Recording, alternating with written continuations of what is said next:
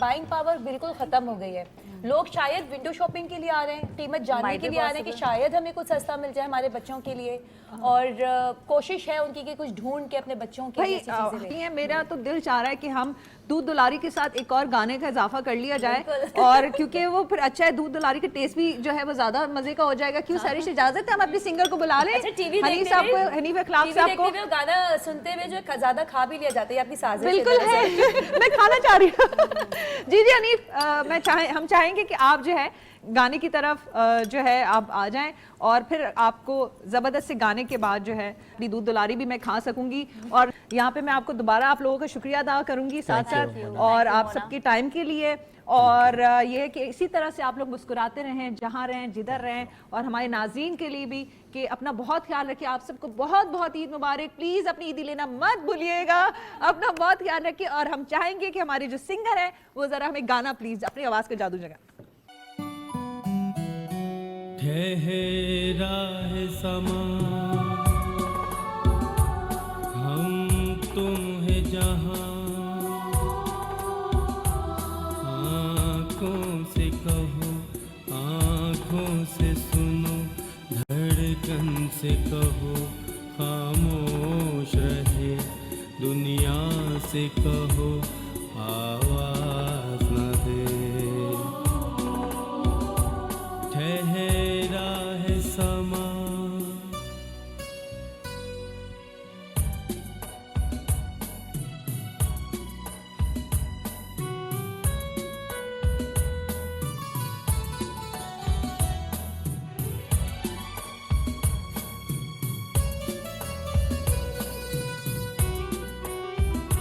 देखा जब से तुम्हें पूरे हुए गीत मेरे,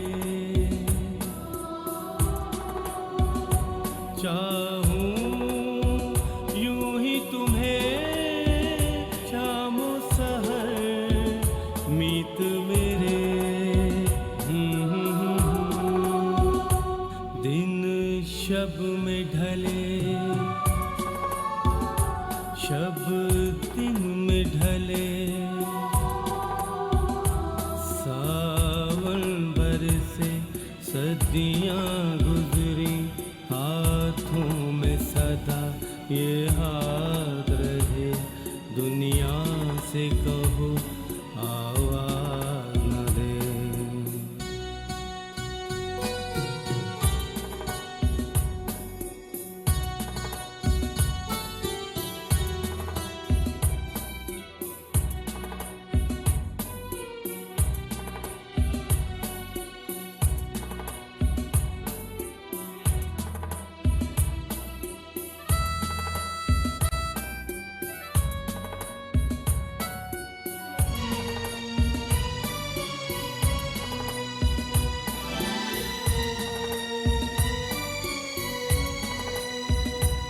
दुनिया रहे न रहे, खत्म न हो प्यार कभी, आओ ऐसे मिले मिलके जुदा हो न कभी।